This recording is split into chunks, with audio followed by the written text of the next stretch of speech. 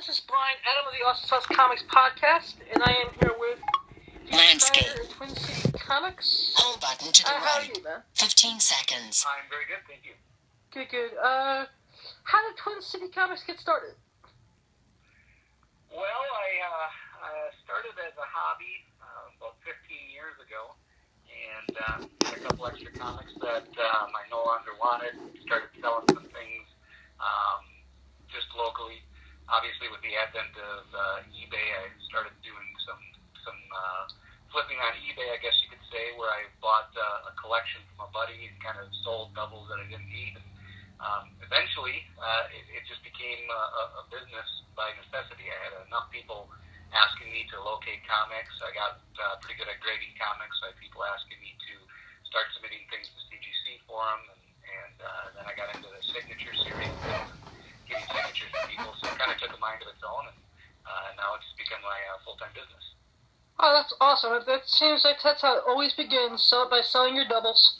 Yep. It like I said, it just happened and kind of grew much faster than I anticipated. So. I see. I started the same way. Just at a local convention, I brought 2 duplicates of something I didn't need anymore, and before I knew it, I had my own table. Exactly. So you're based out of the Minnesota area? Correct, yes. I'm just outside of the Twin Cities, thus the reason for calling it Twin Cities Comics.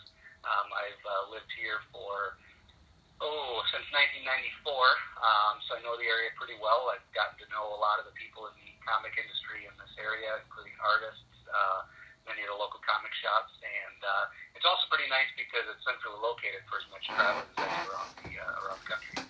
How was Rhode Island Comiccon? I had to miss it because I had a dispute with my business partner, and I just agreed not to show up because we were going to have a fist fight if we saw each other. Yeah, that's not a good thing. Rhode Island was really good. Rhode Island has some issues. I think that they've got some issues where the biggest thing is the space that they're in, hard to navigate because they're in 2 separate buildings, and while they're connected, there's not an easy way to get back and forth. So last year they actually had an issue where they had to shut down the walkway. This year they decided that they're only going to have the walkway from the Dunkin' Donuts Center into the convention center going one way, and then you had to exit the building and re-enter. So had some issues there. They do get a really good guest list. That guest looked phenomenal. Yes, it was. Gal Gadot, her first convention anywhere. How was that? It was amazing. She is honestly, she's gorgeous. She is well-spoken. She was great with the fans. She was very gracious. I actually got to help work her tables for a little while. We also had Ray Fisher, who plays Cyborg in the new Justice League movie. So you had 2 of the cast members there. Obviously, Jeffrey Dean Morgan was a huge hit. The problem there, and that's one of the other problems, is that they had oversold him. Basically, the show was selling some tickets, and the photo op company was selling the tickets, and they weren't jiving with each other, and they ended up almost doubling the amount of photo ops that they wanted. But obviously, just he's one of the people to forget right now because he must be hot right now. I mean, I actually I started watching Walking Dead again after 2 years of not watching it, and I've been blown away this season. Yep, he has become kind of the ultimate, the ultimate bad guy right now. And it's funny because the first convention he did after the season premiere was Walker Stalker Atlanta, which I was also at. I love that show. I love those guys. Everybody loved this guy. So and he is amazing. I mean, part of the reason that he also took a long time is because he really interacts with the fans, and I think that Rhode Island didn't realize how much time he gives to his fans. I mean, he was giving everybody hugs and everything else like that. So there was people in line for 7 hours. Ouch! They didn't know how fast or slow he was going to be. But he's a phenomenal person, great to work with. So yeah, it was a very good show. They've got some issues. A lot of conventions do, but I think that they learned a little bit the third day. After that debacle on Saturday, the Gal Gadot line. They didn't oversell it. They kind of knew how to get things, in and out, and worked much better. So, but yeah, great show. That's good. So I've noticed since you and I have talked a little bit off air, you got the private signings coming up too. How did you arrange those? Well, I've got a couple different things. First off, I work with a company called Celebrity Authentics. They're awesome. Authentics does a lot of big signings for people that are never going to go to conventions. We're going to be working with Arnold Schwarzenegger on December 6th. We've got Paul Rudd and Samuel L. Jackson coming up in December and January. Looking at a couple other people, which I can't name yet, but so they get some really big people that just don't go to the convention. So that's one of the ways that I am able to do that. I've known them for a long time, worked together pretty well on some projects. I do a lot of the send-ins for people that want to get items for them that go to CGC. Then other than that, I've just been in the business for quite a while, so I've gotten to know a lot of the celebrities a little bit, especially their agents and their managers. So, for instance, when I went to New York Comiccon, I knew the person that was going to be handling Evangeline Lilly there, so I was able to contact them, arrange a signing behind the scenes so that I'm not taking up time in the line, and I get a little bit of FaceTime with the celebrities and things like that. Yeah, actually, I wanted to go to that, and a mutual friend of ours who runs the Marvel booth, announced it as I was in hour number 3 of waiting for the Shield cast. Oh, yep. It's taken me a long time to really build the relationships that I have. It's funny because, as I tell people what I do, and, that I'm doing all this traveling and I'm meeting new celebrities and getting things signed for people, everybody thinks, oh, wow, that's pretty cool, which it is, but it's a lot of hard work. I mean, it took me years and years and years of really building these relationships with people to the point where now people know who I am. They know that I can bring some significant business to a convention, so it helps the convention with their guarantees. It helps the actors themselves so that they know that if I'm coming in, I've got a bunch of items, but it's going to be done in 10 minutes, and it's not going to take a long time. So it really was a learning experience for me, and like I said, it took a long time to do that. So that's awesome. I've only learned about your company for a little bit, but I've gotten to gain a lot of respect from you awfully fast. I appreciate that. Let's see. Who's been your favorite celebrity to deal with thus far? I think personally, it was Michael J. Fox. We had a private signing with him in New York back in May. Obviously, he's one of those actors that, if you were a child of the 80s, even a child of the 90s looking back at some of the stuff, some great movies, some great television, and obviously with his Parkinson's, he's gone on to be a real force for that. I have a family member who's also got Parkinson's, so it kind of touches me a little bit, and it's something that's close to my heart. But he was one of my favorite actors when I was growing up. So when I got to meet him, he was gracious, he was very nice, very, very funny, and just he makes the best of everything. And I think that's what a lot of people don't realize. There are other people out there that have things worse off than we do. I at times in my life I've looked back and said, oh, I've got it rough, but then he's going through something that I can't imagine. And yet in the face of that, he still puts on a smile. He still, fights for what he believes in. Very, very nice to the fans. So I think that just because of that, and because he was one of my childhood favorites, that's been my favorite. So yeah, like I said, my favorite movie of his is The Secret of My Success. Yeah. So he's made some amazing movies. Just the feel-good movies. I mean, if you're a fan of Back to the Future, I mean, those movies were they were fun. So yeah, he was really good to work with.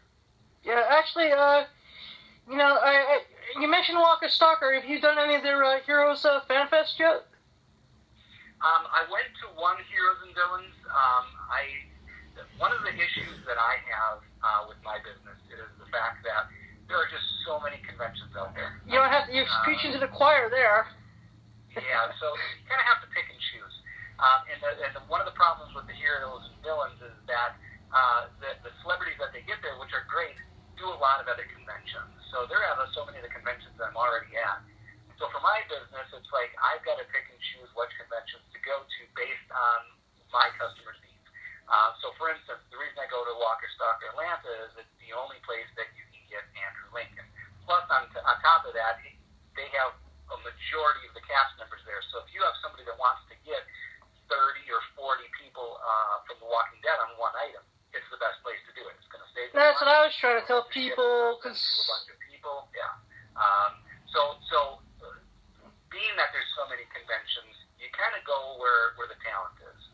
Wizard World has, their big conventions. They've got their Chicago and their Philly and New Orleans, which they bring in a lot of top talent. So I usually go to those. Obviously, San Diego, New York Comic-Con, C2E2, and things like that. So a lot of the heroes and villains, I see those people at so many other conventions. It just doesn't pay for me to go there because there's nothing there that my customers are really clamoring for. Although they love Stephen Amell, he just does so many conventions. So. Yeah, you see, James is nice enough to sponsor my podcast. Oh, yeah. And he hooks me up with press passes, and is really, really, for anyone who's, I'm physically disabled, so his conventions are really easy for me because I've met him before. He's actually friends with some friends of mine that I've helped out before. I actually helped them at Walker Stalker this year, a company called Genuine COA, and they do a phenomenal job for people that have ADA passes, making sure that they can get up in the front of the line to get things done. Because you have somebody with any kind of disability, standing in line for a couple hours just isn't a possibility. Yeah. So they do a wonderful job there. They put on great conventions. They bring in some really good guests. So yes, he's phenomenal when it comes to those kind of things. Yeah. I'll just share a piece of my experience. I never thought in my wildest dreams I would have Lola Holland actually escorted me around the convention for 15 minutes. Oh, yep. And that experience from the way they handle things on an ADA avenue made me go to the head of the organization I'm of. Said we should bring the entire group to this show. Yep. Yeah, they do a great job. Yeah. So where do you see? Because it feels like we're in this convention bubble. Where do you see the convention scene going in the next couple of years? Well, you're right. There is a little bit of a bubble right now. I think that so many conventions are popping up, and Wizard World's a perfect example. They've tried a bunch of different markets. Some have worked, some of them haven't. You've got the true comic book conventions, your Bostons, your Baltimores, and things like that. And then you've got the conventions that are really become more of a pop culture conventions, and that's really the big conventions. So you're kind of seeing that they're competing with some of the same people. You've got conventions, weekends, that there's 3 conventions in different parts of the country, and some of them are major conventions. So not only are they competing for people to go to it, but they're also competing for guests, for artists, celebrities, etc. I don't see it bursting per se anytime soon. I do see that some of the smaller conventions are starting to get bought up by the larger convention companies, Repop and a couple other ones. So there's just so many things right now that are pushing people to the convention. People that never would have thought of themselves as comic book fans are now fans of the Marvel movies and the DC movies, and they're fans of The Walking Dead, and they're fans of Outcast, and they're fans of all these different things that are now at the conventions. I mean, video games, you name it. So all of these things have basically become a part of the conventions, and they're drawing in more and more people. So I think that you're going to see some more growth, but I also think you're going to start to see some issues with the fact that some of the 14 minutes, 37 seconds. Especially if they're on the same weekend as another one. I always tell people, hey, if you're going to start a convention, the first thing you should do is look at the schedule. 37 seconds.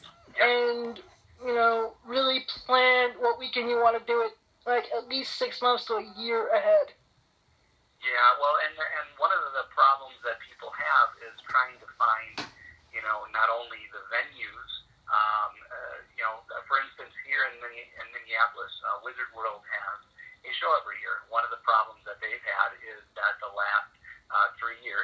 always on the same weekend as Free Comic Book Day. So they're kind of almost shooting themselves in the foot a little bit because, people aren't going to be going to the convention on a Saturday when so much is being done to push Free Comic Book Day. So those are also kind of things that are competing with it. But the other problem that you have is that these conventions, they're kind of, bound by, the venues themselves. And so if the venue that they need is only open a certain amount of weekends, and those just happen to coincide with other large conventions, your Salt Lake Cities and your C2E2s and your Emerald Cities, and that's something that they've got to just hope that, okay, maybe not as many people are traveling. So I think the bigger cities are going to be obviously much better for those.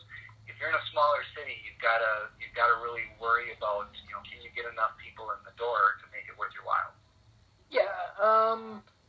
Like I said, I'm from New York, so the only major con we really get is, of course, New York Comiccon. Yep.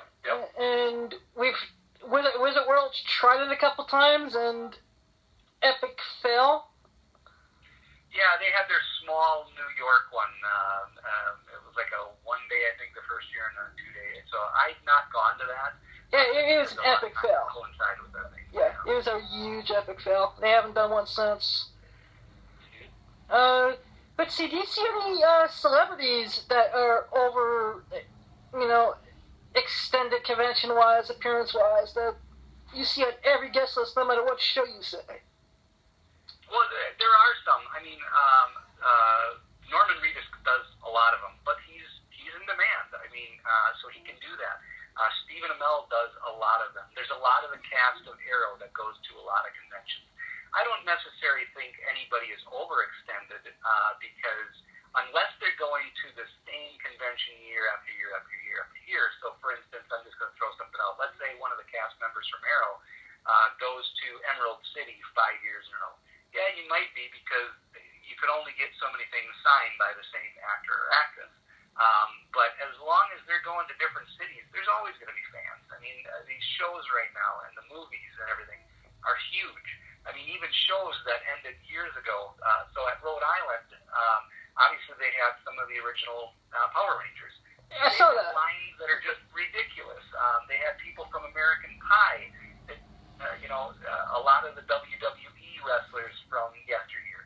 So these people still are people that Middle America and everybody, they still want to meet. So just because they've gone to all the big conventions, those are the types that you have a Wizard World Madison. Madison isn't going to be a hotbed, but these are people that still want to meet them. So as long as they're kind of spreading out where they're going to, I don't think that they're really going to overextend themselves. But yeah, you do see a lot of the same people at conventions. That's why I said that I don't always go to all of the heroes and villains and things like that. So. See, the thing I like about, for example, the thing I like about Heroes and Villains Fan Fest, I can knock out interviews for my podcast for the entire cast of Arrow and the Flash, and I can do it all in one shot instead of having to travel. Yep. Yeah, and Stephen Amell kind of did a great thing, he's obviously part owner with that, and that really helps because he can pull in some celebrities that might not have ever thought about doing a show, but because he works with them, he's able to bring people in. So conventions are becoming it's almost like a given for some celebrities that are in the comic book genre. Unless you're a Robert Downey Jr. or a Samuel L. Jackson or somebody that's just a super A-list celebrity that A, doesn't have the time, and B, you've got security issues and things like that. But a lot of these TV shows, it's almost becoming a given because it's part of what they do to promote their shows and to promote themselves and to give the fans what they want. Because a lot of the fans, they love meeting these people. These are the people that on any given weeknight they're watching religiously. Walking Dead every Sunday. You have millions and millions of people that stop what they're doing because they have to see the next The Walking Dead. And when these people come to a convention, I mean, the fans just gobble it up. They're screaming. They're having fun. So yeah, it's a great thing. My biggest concern, or I guess not a concern, but my biggest issue is that there are some celebrities, and I'm not going to name names, but it's almost like when they go to a convention, they don't want to be there. And to me, if that's the way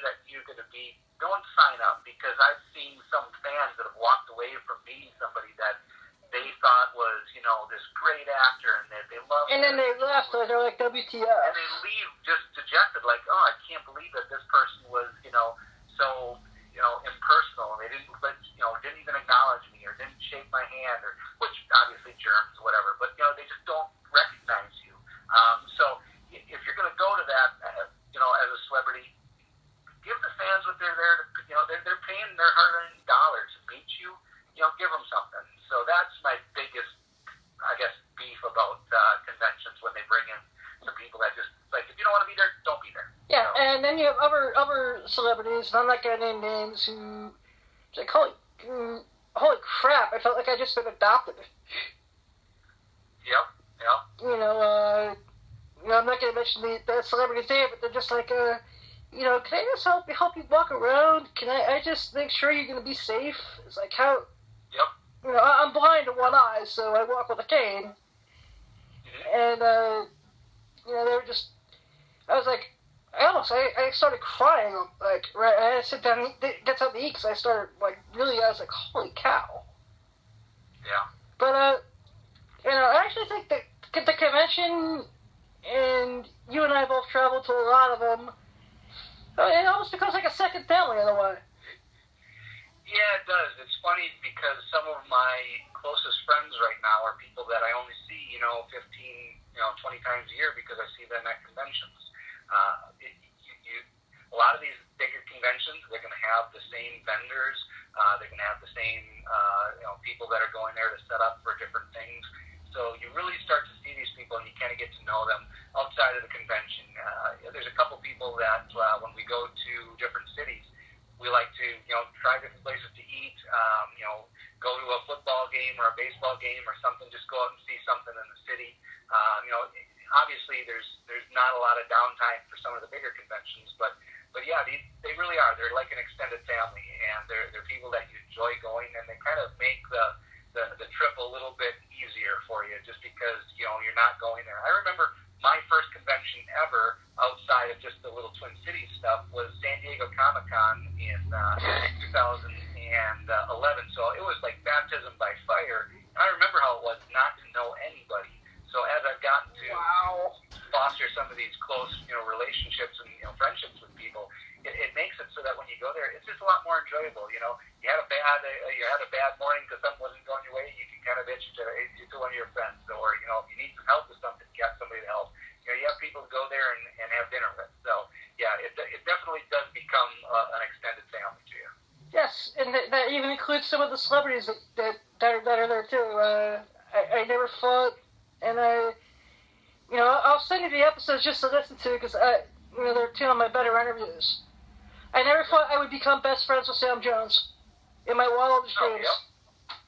Yep. It's I get green room access to a couple conventions, and I've gotten to meet some of the celebrities.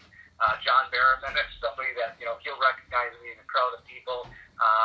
Some of these other celebrities that are just really, really nice people. They may not exactly remember my name, but they remember me just from other conventions. They always say hi.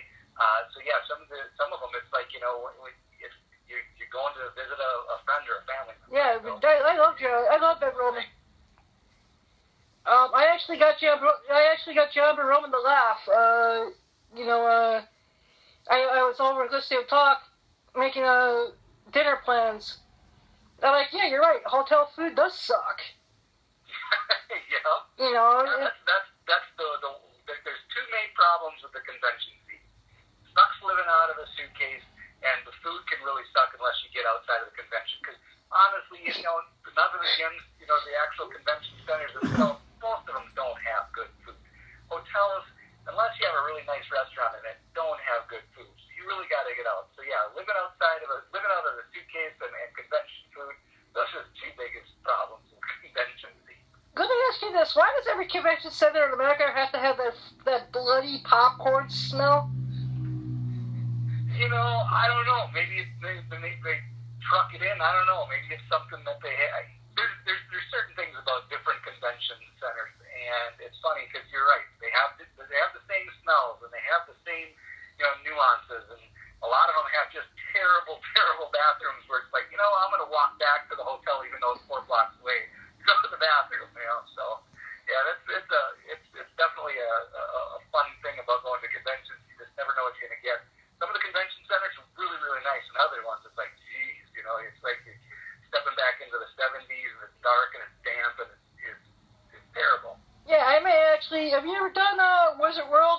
Vegas?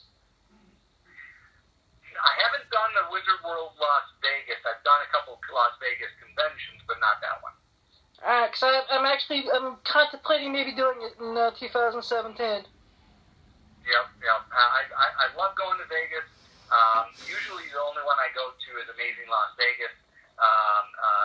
But other than that, if I'm going to Vegas, it usually has nothing to do with work. Go out there and maybe spend a little money on slots or something. Yep, I'm actually be going out to Vegas in January, but that's because I have a girlfriend of mine twisting my arm to go out there. Yep. I will. A shameless plug at the Palms, the Nine restaurant. It's run by people that I become friends with, the executive chef there. Amazing food. So if you get a chance, go to the Nine restaurant, the Palms. They will treat you like gold, and it's a dining experience that you'll never forget. I'll definitely give that a try. Is there any comics you're reading nowadays that are knocking your socks off? Right now, just because of my travel schedule, I am backed up probably 2 to 3 years on a lot of stuff. I have bought all the trade paperbacks for Walking Dead. I'm, a couple years behind on that. So right now, I'm actually not reading anything. I'm just trying to grow my business, which is funny because a lot of people ask me the same question. So what are you reading? And right now, I'm really not. There's a lot of things that I would love to read, but my time is just, not there. It's the same thing with television shows and movies. I hate to say it, I have not seen Captain America: Civil War yet. Join the club, never would I. Yeah, I've been planning to. A lot of my movies are usually on the plane while I'm doing some work, and that one just popped on to Delta, so I'm assuming that my next trip, when I go down to Florida for some fun in December, I'll probably watch that one. I haven't seen Doctor Strange. Couple of seasons behind on a couple other shows. So yeah, unfortunately, when you own your own business, time can be a little bit of a constraint. Now you preaching to the choir on that. I do give myself like 2 hours a night just to watch TV to unwind a little bit. Yep. And since I'm part of my business is reviewing television shows, it's kind of hard not to stay on track with certain things. Right, and that's, I wish I had more time to do that because it will allow me to know a little bit more about what's going on within the industry that I work. I actually just hired on somebody last year that now does all of my shipping. She's probably going to take over a couple other things for me as well with some of my eBay things. Hopefully allow me to have a little bit more time, and if that starts to happen, then I might start getting caught up on that. Obviously, now that the convention season's really winded down for the season, I'll actually be able to watch a little bit more. Netflix is, my savior.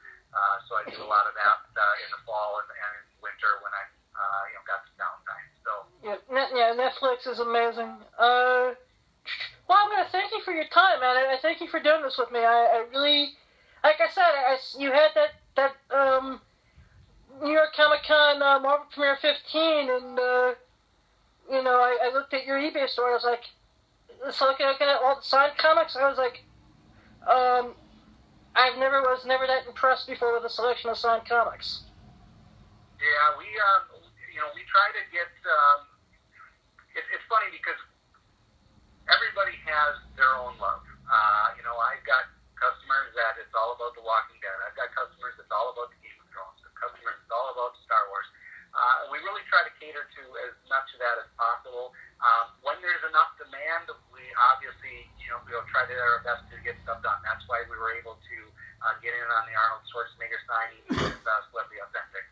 Same thing with Paul Rudd and Samuel Jackson, the Gal Gadot thing. So yeah, we try to cater a little bit to everybody, so that when people do go on eBay, that they can promote our store a little bit, find some things, and that's a lot of how we get new customers, just because they see interesting and cool things that we got, and they ask a lot of questions. Hey, I saw you got this signed by this person. Can you get this person? So we try to do that for people, because there's a lot of people out there that either can't afford to travel to meet their favorite celebrities, or maybe they're a single parent and they just don't have the time. So we don't gouge anybody. We have a little bit of a markup, obviously, when we're getting a celebrity signature, but allows them to get something for a heck of a lot cheaper, because if they don't have to buy a plane ticket, they don't have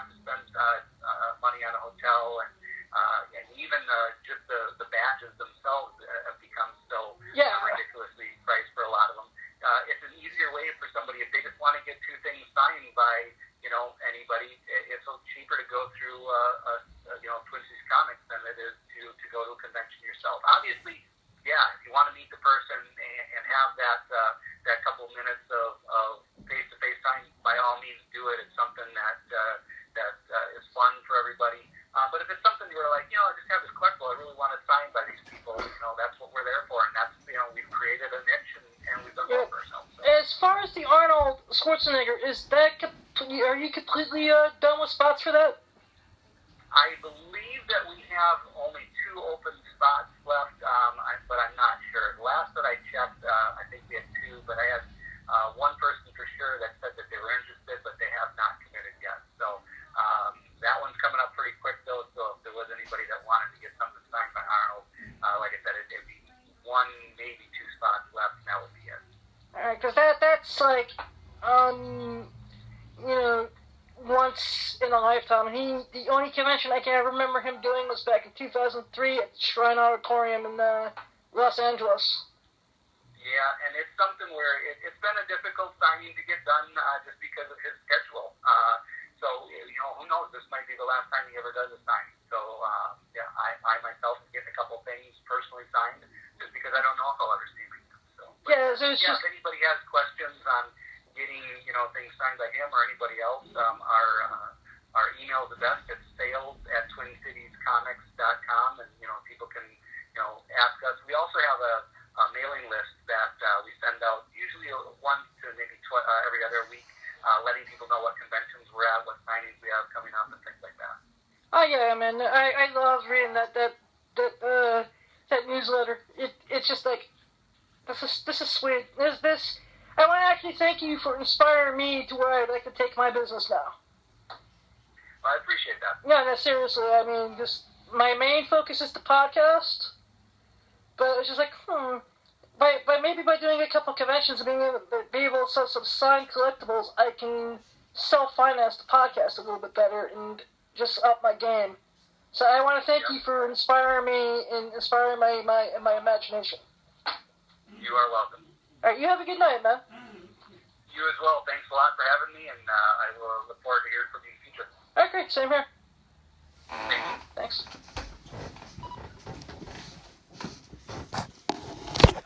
View. Landscape. Apps with camera. Active camera. Close camera.